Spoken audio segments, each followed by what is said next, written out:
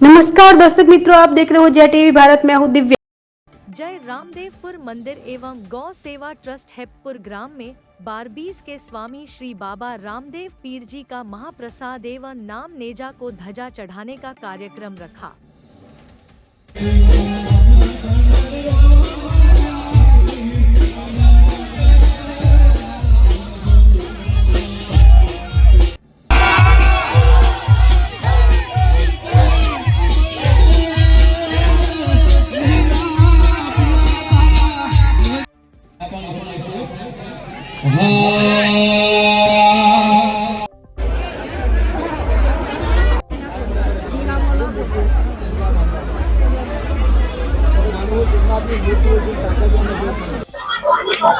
મારું નામ અલ્પેશરામ બાપુ, રામદેવ પીર મંદિર ગૌ સેવા ટ્રસ્ટ હેબતપુર। આજે હેબતપુર ગામમાં જે પ્રસંગ કરવામાં આવે છે રામાપીરનો, શું કહેશો?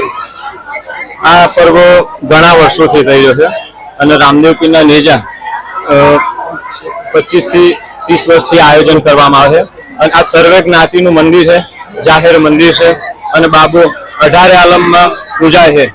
ભગવાન સૌની મનોકામના પૂર્ણ કરે છે અને બધાને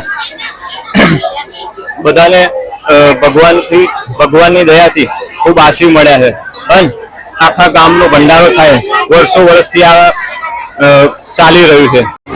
મારું નામ મહેશભાઈ રઘુનાથભાઈ રબારી, હું પોતે પશુ ડૉક્ટર છું। મહેશભાઈ, આજે અહીંયા પ્રસંગ કરવામાં આવ્યો રામાપીરનો, શું કહેશો? આ 42 વર્ષથી સ્વયંભૂ રામદેવ પીર પ્રગટ થયા હતા।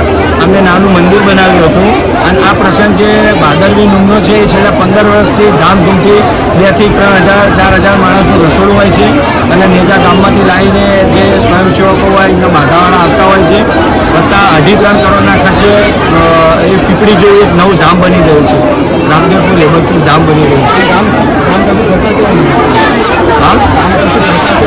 ગામ તરફથી 18 આલમનો સંપૂર્ણ પૂરેપૂરો સહકાર હોય છે।